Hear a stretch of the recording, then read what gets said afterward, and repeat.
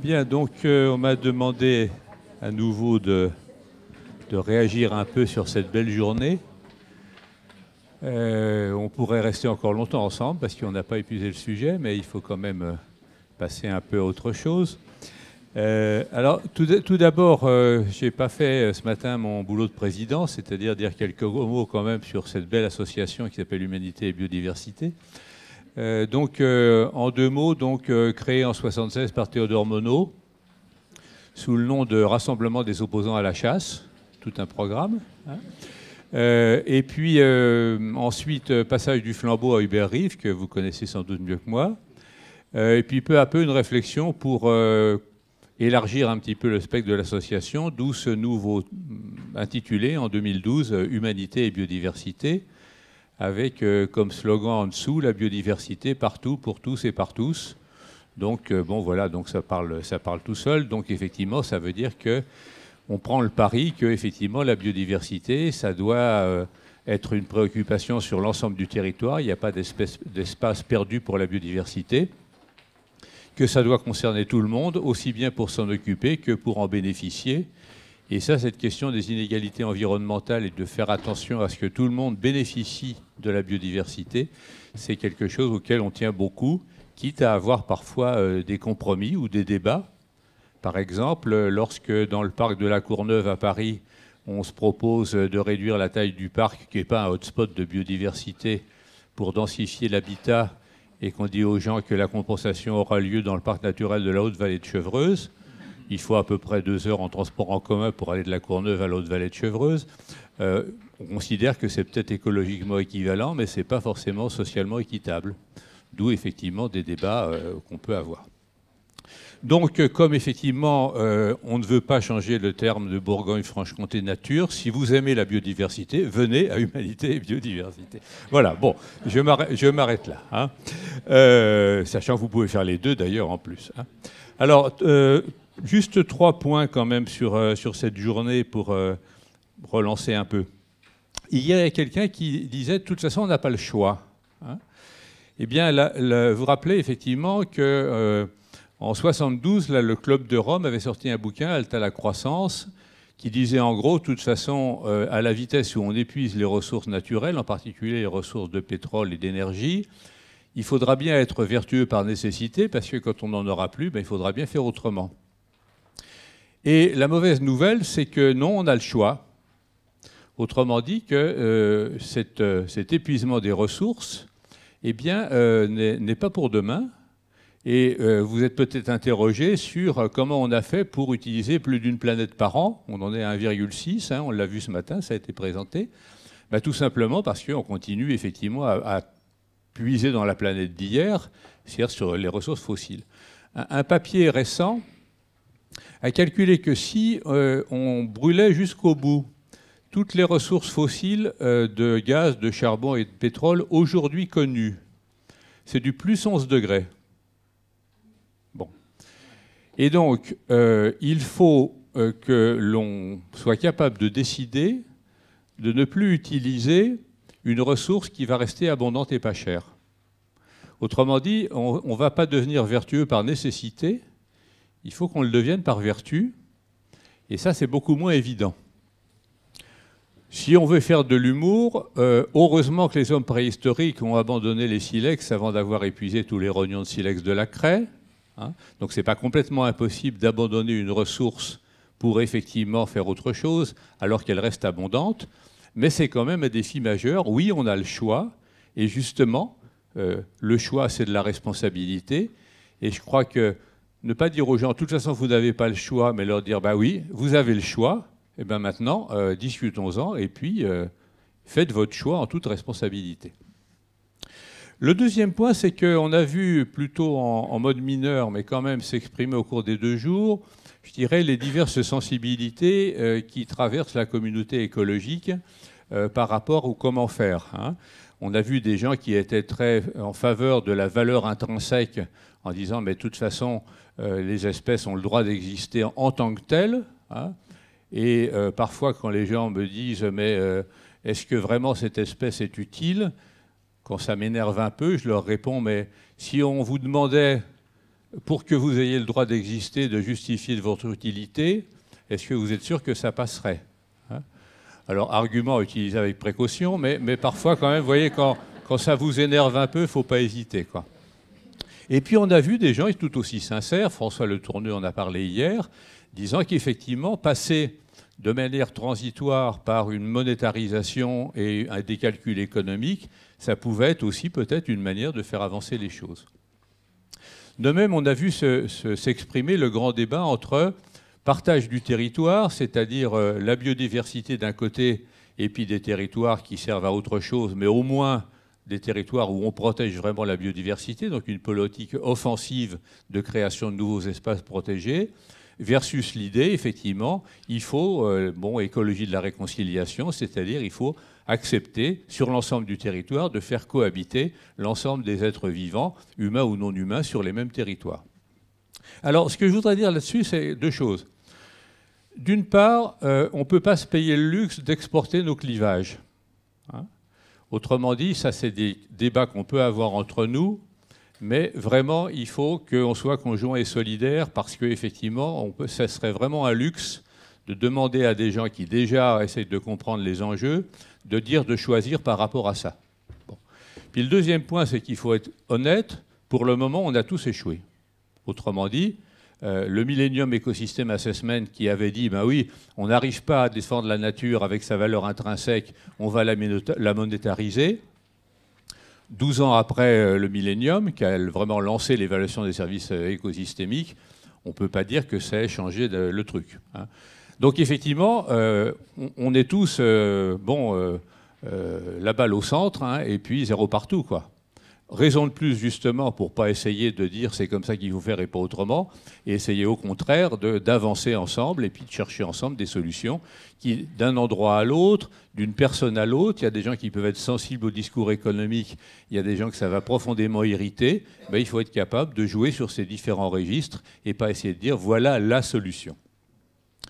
Et puis, le troisième point, c'est que nous sommes tous des groupuscules, quand même.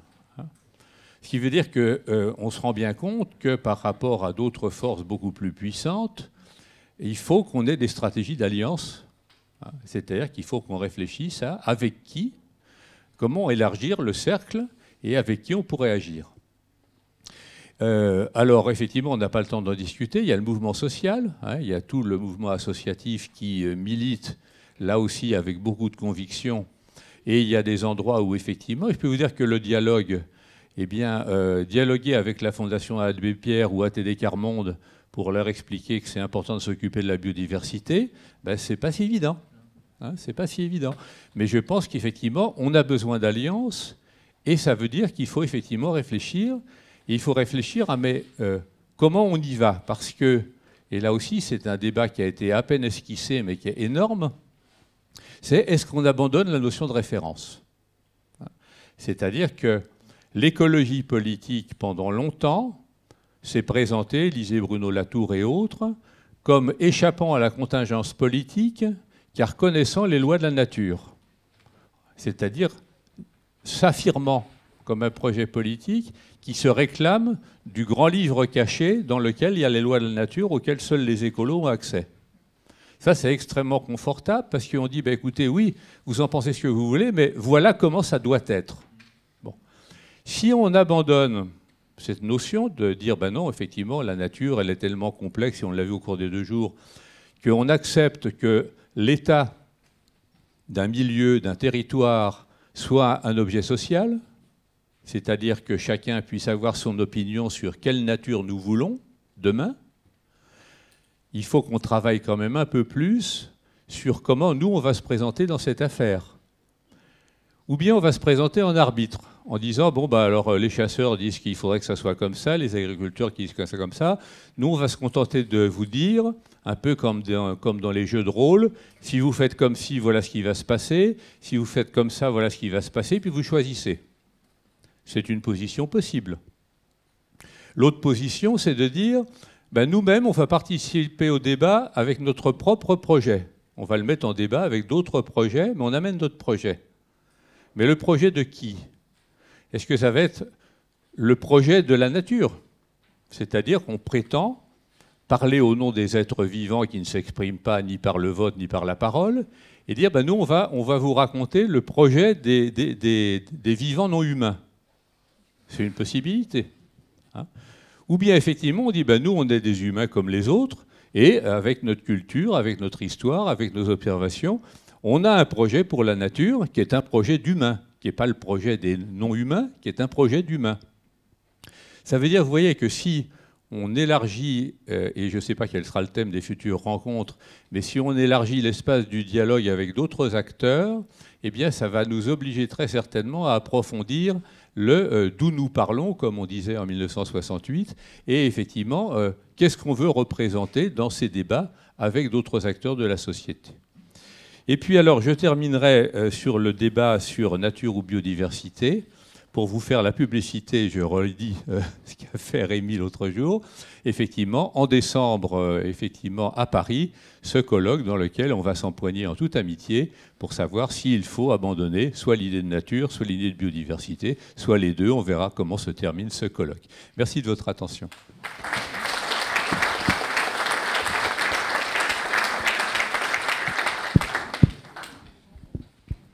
Bien, merci.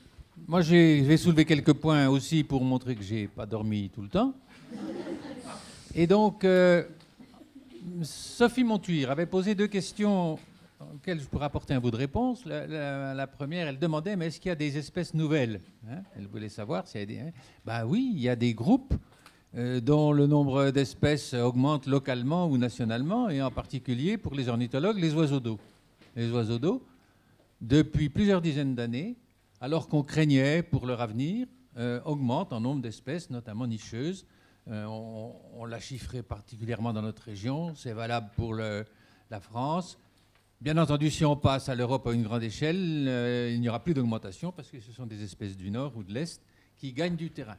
Hein. C'est en quelque sorte la mondialisation. Voilà. Alors, ça vient probablement de l'extension des plans d'eau. Ça a dû commencer quand on a créé les premiers étangs. Des oiseaux d'eau se sont installés, on ne les a pas appelés espèces envahissantes parce que le concept n'existait pas à l'époque. Aujourd'hui, on dit sont des espèces naturelles, mais effectivement, le mouvement continue. Sophie avait insisté par ailleurs sur un autre point, la diversité. Et effectivement, techniquement, je dois bien rappeler qu'on ne devrait jamais donner une évaluation de biodiversité sans l'associer à une échelle. Ça, c'est... De temps en temps, on entend dire tel milieu est plus divers que l'autre, ben ça dépend à quelle échelle, aussi bien dans l'espace que dans le temps. Hein. Si on prend la liste des oiseaux de notre région, les oiseaux nicheurs, est-ce que c'est de cette année, depuis 5 ans, depuis 20 ans ou sur un siècle? Ce n'est pas la même. Là aussi, il y a une question d'échelle. Et ces questions d'échelle doivent être précisées dans nos évaluations. Ça, c'est plutôt technique, mais c'est relativement important. Bon, on a agité aussi la question des références à propos des plantes messicoles. Effectivement, quelles références naturelles pour des plantes messicoles qui ont été aussi des espèces invasives à un moment, qui sont arrivées quand on s'est mis à défricher puis à faire des cultures, illusoire, de mon avis, de chercher une référence qui est complètement naturelle. C'est un choix politique de quelle nature voulons-nous quand même. Hein. Voilà. Ce choix se pose aussi en ce moment pour la voie bleue, hein, puisque la loi nous pousse, nous incite à effacer des barrages sur les rivières. Ça suppose beaucoup de discussions. Et de temps en temps, il y a 2 intérêts qui se heurtent. Il y a un intérêt architectural et historique ou patrimonial d'une certaine façon quand il y a un moulin, une belle construction à travers d'une rivière, et puis un intérêt naturel qui serait celui de favoriser les écrevisses. Ce n'est pas un choix scientifique, hein. C'est un choix politique, hein, il me semble, entre 2 patrimoines, et il faudra trancher. Bien. Alors, un dernier mot sur l'enseignement, puisque la question a été posée. Je connais assez bien le milieu des enseignants. Je peux vous dire que les nouveaux enseignants naturalistes ne sont plus naturalistes. Les jeunes qui arrivent, les agrégés, ils sont très bons, ils sont excellents. Ils savent des tas de choses en immunologie, en génétique moléculaire, etc. Mais ils ne savent pas reconnaître des larves d'insectes. Ils ne savent pas quand collecter le pollen pour le faire observer aux élèves, ça leur pose un problème, ils n'ont pas de bottes, etc. Bon, voilà. Hein. Donc, j'en ai rencontré un groupe récemment. Hein, et l'un d'eux, un jeune sympathique, d'ailleurs, ils sont demandeurs, hein, mais ils estiment qu'ils ne savent pas. Et ce jeune agrégé opposait, dans leur profession, ou chez les scientifiques et les naturalistes. C'est quand même gros, hein? Ah oui, oui, pour lui, ils étaient scientifiques parce qu'ils avaient des gros appareils, des microscopes, des machins, puis que les naturalistes, j'étais moins scientifique ou pas scientifique du tout. C'était son opinion, hein? Bon, voilà. Donc ça m'a un peu choqué, mais bon, c'est comme ça. Et donc, ces jeunes agrégés, d'ailleurs, ils sont demandeurs, on le voit, parce qu'ils, dans l'équipe d'enseignants d'un lycée, ils demandent aux enseignants qui ont 30 ans de métier de compenser, hein, et de les remplacer dans certains domaines. Donc c'est quand même, il y a un problème de l'éducation, là, hein. Alors non seulement les programmes, comme tu disais Patrick, hein, mais aussi la formation. Alors par contre, et c'est toi qui as dû le dire, les inspecteurs pédagogiques, c'est une autre catégorie de personnes, et ils nous ont considérablement aidés pour notamment diffuser notre deuxième revue, la revue pédagogique Bourgogne Nature Junior, ou qui va s'appeler Nature Junior. Hein. Ils ont pris à cœur la question. Les rectorats participent au comité de rédaction de cette revue et ils participent énormément à la diffusion. On l'a d'abord lancé sur la Bourgogne, ça s'élargit maintenant à la Franche-Comté. Et là, on a eu un très bon appui des rectorats et en tout cas des inspecteurs pédagogiques, donc au niveau collège. Et à ce niveau-là, ça n'a pas posé de problème, au contraire. Et on a eu un très bon accueil de l'éducation nationale. Voilà. Bien, j'en arrête là pour ces quelques remarques. Hein. On a soulevé d'autres questions qui mériteraient peut-être des colloques futurs, notamment celui de la non-fixité des écosystèmes et des espèces. Hein. Les perturbations, les successions, les changements, ça c'est effectivement les règlements sont souvent fixistes, on peut dire. De même, certains naturalistes qui veulent protéger de façon fixe. Et là, il faut arriver à intégrer la notion de mobilité de la nature. Bon, ceci dit, les journées effectivement ont été très très riches. Je remercie beaucoup de la part de notre association et j'imagine de tous. D'ailleurs, il y a encore beaucoup de monde à 6h10. Hein, c'est un signe. Et donc, merci Bernard, merci tous ceux qui sont intervenus. Ça a été extrêmement instructif et on essaiera de faire aussi bien la prochaine fois.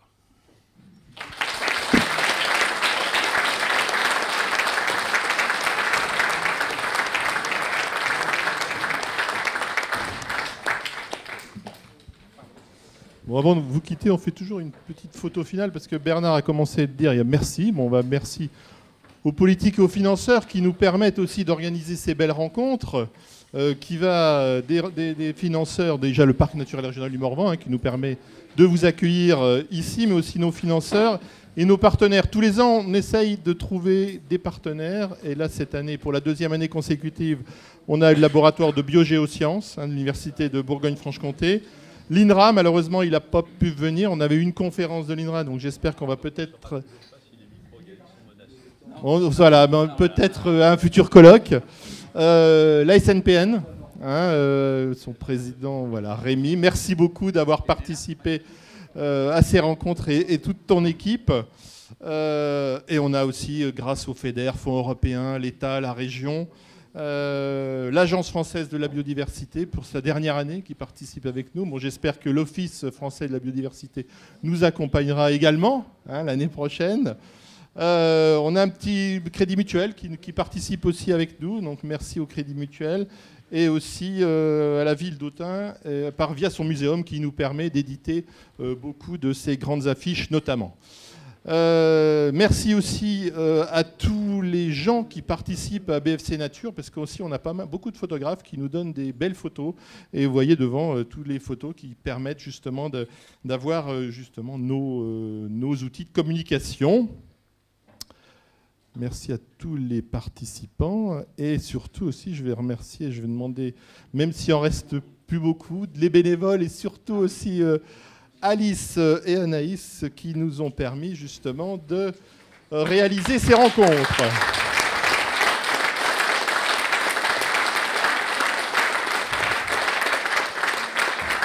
Alors même si vous n'êtes plus beaucoup, tous ceux qui ont un petit foulard, Mathieu, venez pour faire une petite photo.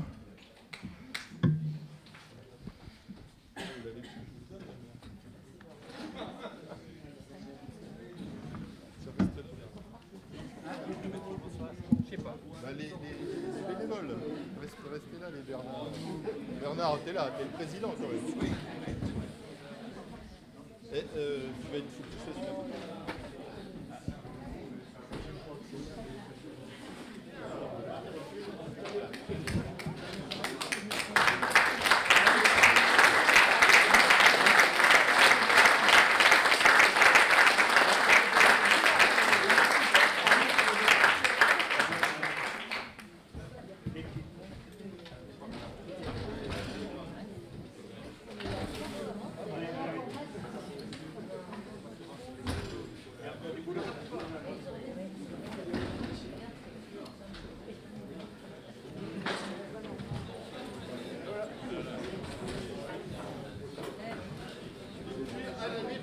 Mais avant aussi, notre chemin.